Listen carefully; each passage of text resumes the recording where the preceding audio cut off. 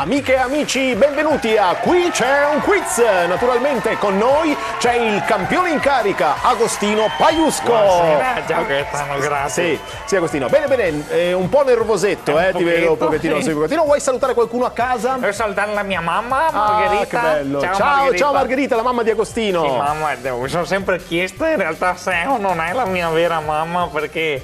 Essendo Margherita, a volte mi dico mamma o no mamma, mamma o no mamma. Sì. Comunque, ciao. Ma naturalmente Agostino, tu sei qui per rispondere ad altre domande, pertanto sei pronto per la prossima domanda del quiz.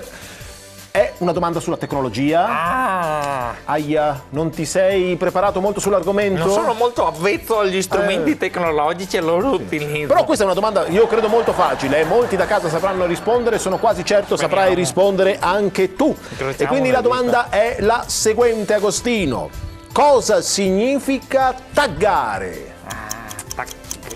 Taggare, Agostino. Allora, il tag è uno strumento che consente di marcare all'interno di un file multimediale la presenza o meno di una persona. Pensiamo ad esempio all'utilizzo all'interno dei social network, che è quello più comunemente frequente anche tra noi giovani e tra le persone.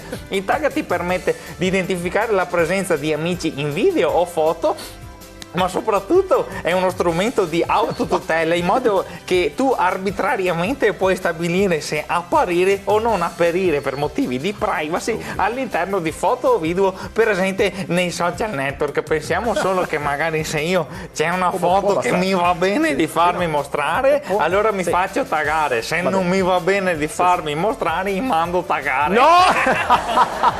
Agostino, era perfetta fino a pochi secondi fa. Io direi che comunque la risposta è esatta, pertanto bene. sei nuovo campione, mantieni la tua qualifica di campione, torni domani alla prossima puntata di Qui c'è un quiz. Io mi sarei fermato qualche secondo prima. Prima di taggare? Sì, cioè, nel senso che comunque, insomma, poteva essere. Così no, non volevo mandare taggare a nessuno. Sì. Così.